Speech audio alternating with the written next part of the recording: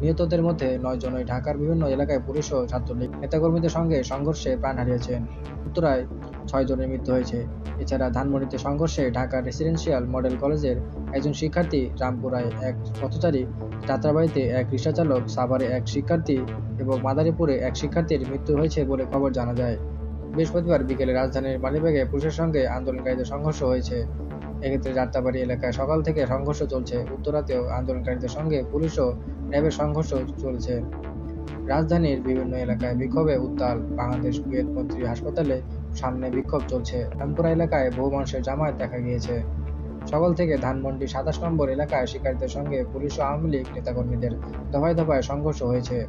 সাভারেও কোটা সংস্কার আন্দোলনকারীদের সঙ্গে পুলিশ ও ছাত্রলীগের সংঘর্ষ হয়েছে।